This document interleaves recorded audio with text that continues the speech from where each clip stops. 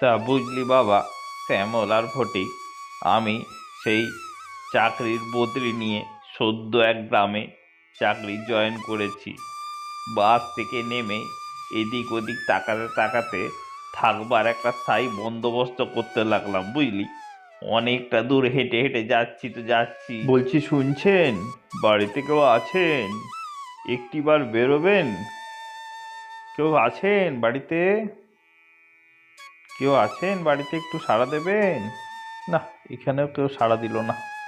বলছি, বাড়িতে একটু ভাড়া পাওয়া যাবে? কেউ আছেন বাড়িতে?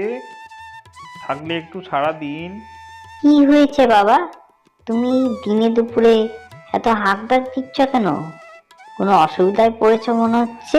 সে আর বলতে, আমি সদ্য এই গ্রামে চাকরির বদলি নিয়ে এসেছি, কিন্তু যখন থেকে এসেছি একটা ঘরও ভাড়া পাচ্ছি না।